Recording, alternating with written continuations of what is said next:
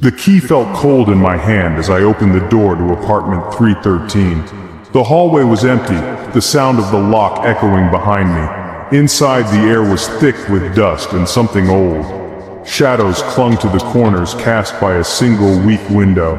I set my cardboard box down, my only belongings. The kettle's whistle cut through the quiet. I sat in the armchair watching the sky grow darker but never change color. Only the outline of the window remained. The silence pressed in, heavy and suffocating. The apartment felt less like a home, more like a waiting room for something unseen.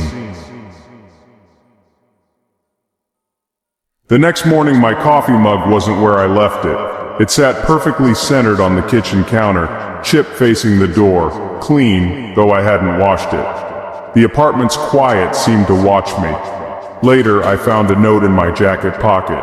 2 words, block letters.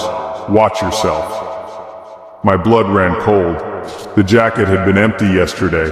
Shadows in the corners seemed to stretch, whispers just behind the wall. Sometimes a sigh, sometimes a name I couldn't quite hear. I pressed my ear to the plaster, but the sound would vanish.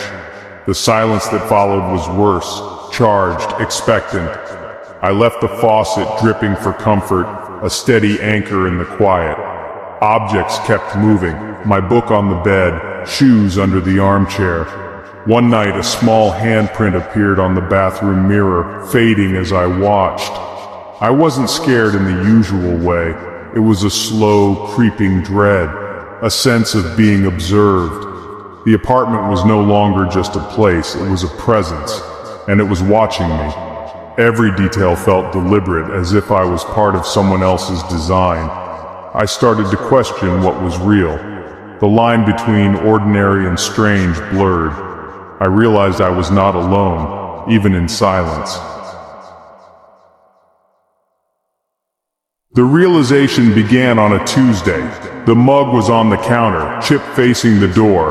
Again. The air was the same, stale and unmoving. I found the same note in my jacket. Watch yourself. The calendar still read Tuesday. I tried to break the pattern, tore a newspaper, left my book open. The next morning, everything had reset. The newspaper was whole, the book closed, the calendar unchanged. The day repeated, perfectly. I tried to stay awake, but always woke in bed to the same morning. I smashed the mug, it returned whole and clean. I was trapped in a loop, a rat in a maze. The silence became a wall, the routine a prison. I spoke to myself, traced the handprint on the mirror, desperate for connection. Each day bled into the next, always Tuesday. Time lost meaning, only the apartment, the whispers, and the endless repetition remained. I was caught in someone else's experiment. The world outside faded, only the cycle endured. I wondered if escape was possible or if I was meant to break. The apartment watched, patient and unchanging. The breakthrough came unexpectedly. Staring at the peeling paint in the kitchen, I picked at a spot of red. Beneath the paint was metal, a small seamless plate.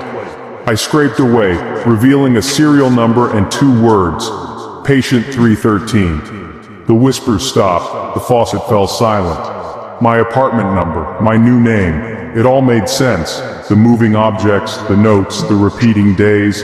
This wasn't a haunting, it was an experiment. The apartment was a cage, a simulation to observe my mind. The whispers were speakers, the handprint a projection.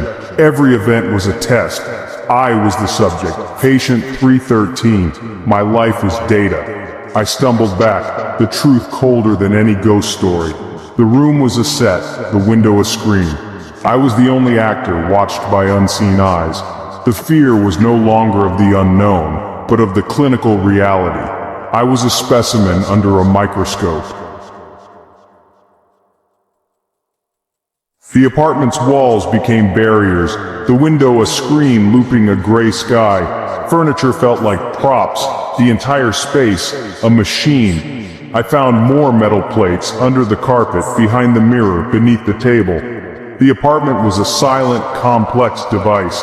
The repeating Tuesday became a puzzle. I stopped reacting to the mug, the note, the whispers. I focused on finding a flaw in the simulation. I spoke to the walls, challenging the unseen observers. The lights flickered, the sky glitched, white light behind the gray. The simulation was cracking. One day I pressed my hand to the window. The glass dissolved into white pixels, falling like sand. Beyond was a long white corridor, sterile, bright. A figure waited at the far end. The simulation was over, or a new one was beginning. The silence followed me into the light. I stepped forward, uncertain but awake. The experiment had changed me, and I was ready for whatever came next.